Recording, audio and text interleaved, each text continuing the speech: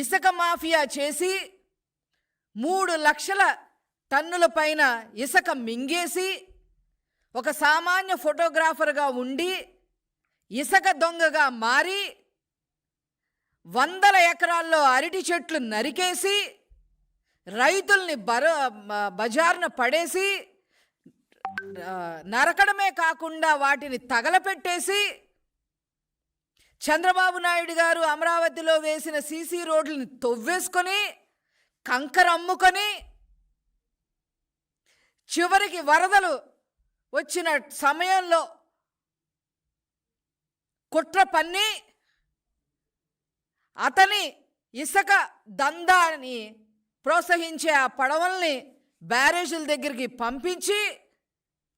గేట్లని నాశనం చేసి ఏకంగా బ్యారేజీనే కూల్చేయాలని చూసి లంక గ్రామాలు మునిగిపోతే వేల మంది ప్రజలు చనిపోతారు, దాని మీద మనం శవరాజకీయం చెయ్యొచ్చు అనే ఆలోచన విధానం చేసిన ఈ నందికం సురేష్ని